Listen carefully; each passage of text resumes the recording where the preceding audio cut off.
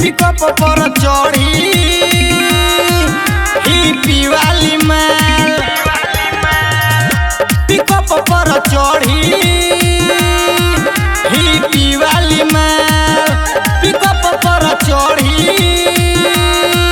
Hippie वाली माल।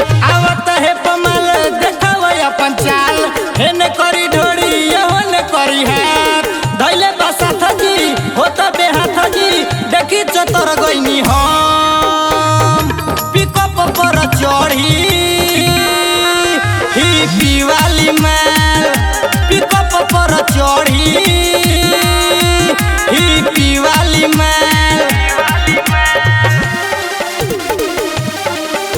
Pickup पर चढ़ी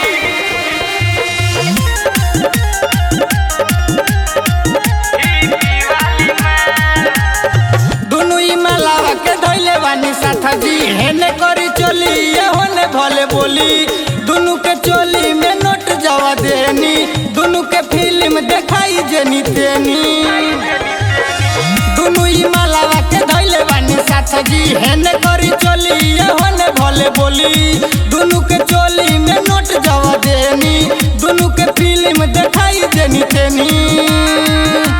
बजे जाबे गारे नचावेला उघारे, रात भर लागेला हबर हबर मारे, बनेला भाव करेला याव, पीठी पर चढ़ गईनी हम।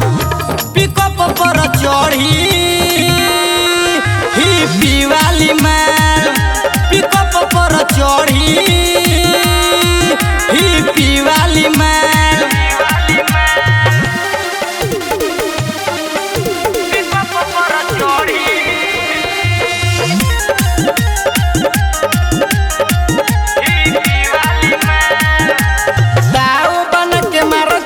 कौरी उठलाली लगा के नहीं घूमम चरोरी, पागल भइल बानी हम तोरा नाच पर, खुश कदराई टरया नीला केला हो। दाओ बना के मारो चाहिए कौरी उठलाली लगा के नहीं घूमम चरोरी, पागल भइल बानी हम तोरा नाच पर, खुश कदराई टरया नीला केला हो। सुनील गुप्ता लेखा नाच तू कल, तुहरे धन बट नहीं हर, करब न माना आपस जाना, पीठी पर चढ़ गईनी हम। पिकअप पर चढ़ी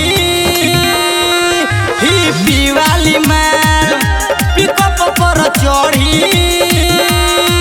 हिप्पी वाली माल। Sharda recording studio Maulapur.